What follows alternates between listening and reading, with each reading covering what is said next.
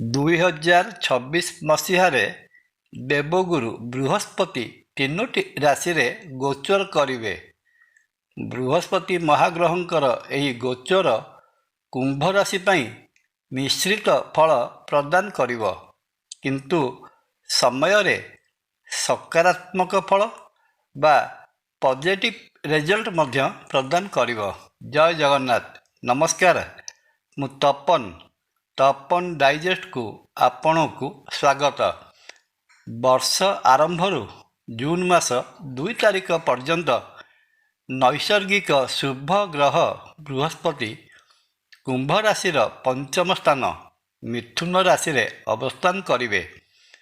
ଏହି ସମୟରେ ଉଚ୍ଚଶିକ୍ଷା ଗ୍ରହଣ କରୁଥିବା ଛାତ୍ରଛାତ୍ରୀମାନେ ଅଧ୍ୟୟନ କ୍ଷେତ୍ରରେ ବଡ଼ କୃତିତ୍ୱ ହାସଲ କରିବେ ତଥା ଉଚ୍ଚତର ଶିକ୍ଷା ଗ୍ରହଣ କରିବା ପାଇଁ ମନୋନୀତ ମଧ୍ୟ ହେବେ।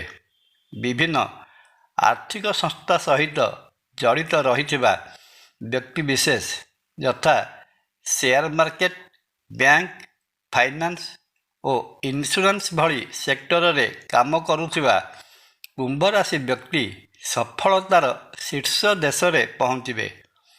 ପ୍ରେମ ସମ୍ପର୍କ ବା ଲଭ୍ ଲାଇଫରେ ରହିଥିବା ପୁଅ ଓ ଝିଅମାନଙ୍କ ପାଇଁ ଏହି ସମୟ ପ୍ରେମ ସମ୍ପର୍କରେ ପ୍ରଗାଢ଼ତା ଆଣିବ। ପ୍ରେମ ବିବାହ ମଧ୍ୟ ସମ୍ପନ୍ନ ହେବାର ଆଶା ଦେଖାଯାଏ। ସନ୍ତାନ ସମ୍ଭବା ମାଆମାନେ ପୁତ୍ର ସନ୍ତାନ ଜନ୍ମ ଦେବାର ଆଶା ଅଧିକା। ବିଭିନ୍ନ ସୂତ୍ରରୁ ଧନ ଅଥବା ଅର୍ଥ ହସ୍ତଗତ ହେବ। ସମାଜରେ ସମ୍ମାନିତ ହେବେ।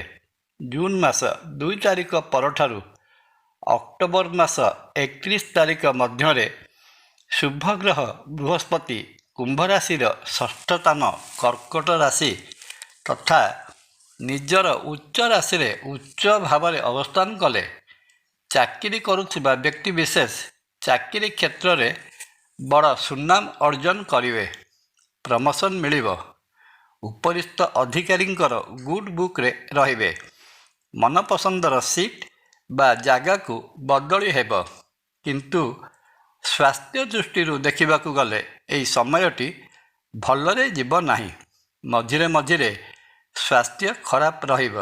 ବିଶେଷତଃ ପାଚନ କ୍ରିୟା ଅଥବା ଖାଦ୍ୟ ହଜମରେ ଗଣ୍ଡଗୋଳ ଘଟି ପେଟ ଖରାପ ହେବାର ସମ୍ଭାବନା ଅଧିକ ଦେଖାଯାଏ। 2026 ମସିହା ଅକ୍ଟୋବର ମାସ 31 ତାରିଖ ପରେ ବୃହସ୍ପତି ସିଂହ ରାଶିରେ ପ୍ରବେଶ କଲେ ଅବିବାହିତ ରହିଥିବା କୁମ୍ଭ ରାଶି ଜାତ ପୁଅ ଓ ଝିଅମାନଙ୍କର ବିବାହ ବା ଶୁଭ ପରିଣୟ କାର୍ଯ୍ୟ ସମ୍ପନ୍ନ ହୋଇଯିବ। ବିବାହ କରିଥିଲେ ଦାମ୍ପତ୍ୟ ଜୀବନ ବଡ଼ ହସ ଖୁସି ଭିତରେ କଟିବ।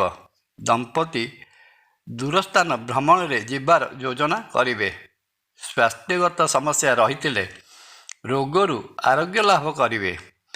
ବାଣିଜ୍ୟ ବେପାରରୁ ପ୍ରଚୁର ଲାଭ ମିଳିବ। ସରକାରୀ ଠିକାଦାରୀ କାର୍ଯ୍ୟ କରୁଥିଲେ ସେହିସବୁ କ୍ଷେତ୍ରରୁ ବଡ଼ ଧରଣର ଅର୍ଥ ହସ୍ତଗତ ହେବ ତଥା ବହୁ ଦିନରୁ ବାକି ପଡ଼ି ରହିଥିବା ବିଲ୍ ମଧ୍ୟ ପାସ୍ ହୋଇଯିବ। ଆର୍ଥିକ ସ୍ଥିତି ସୁଦୃଢ଼ ରହିବା ସାଙ୍ଗକୁ ବିଭିନ୍ନ ଆର୍ଥିକ କ୍ଷେତ୍ରରେ ପୁଞ୍ଜି ନିବେଶ କରିବେ। ଏ ତ ଗଲା ମୋଟାମୋଟି ଭାବରେ 2026 ମସିହା ପାଇଁ କୁମ୍ଭ ରାଶି ଉପରେ ବୃହସ୍ପତି ମହାଗ୍ରହଙ୍କର ଗୋଚରୀୟ ଫଳାଫଳ।